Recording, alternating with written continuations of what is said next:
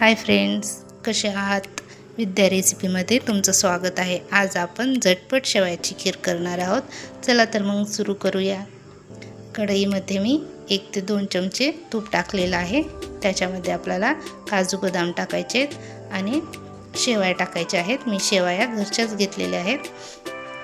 शेवया आपल्याला golden colour होईपर्यंत भाजायच्या आहेत आणि त्याच्यामध्ये गरम पाणी टाकायचं आहे आणि एक वाफ येऊ द्यायची. त्याच्यानंतर चेक करून बघायचं आहे आपले शेवया शिजले आहेत का. ते खूप छान शिजतात आणि खायला तर एकदम चविष्ट लागतात.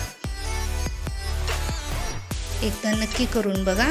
त्याच्यानंतर इलायची टाकायची आणि आपलं दूध टाकून आपल्याला हलवायचं आहे आणि एक उकळी येऊ द्यायची. त्याच्यानंतर हलवून आपल्याला त्याच्यामध्ये आवडीप्रमाणे साखर टाकायची आहे. एकदा नक्की करून बघा आणि व्हिडिओ आवडला तर लाईक आणि सबस्क्राईबर नक्की करा. बाय.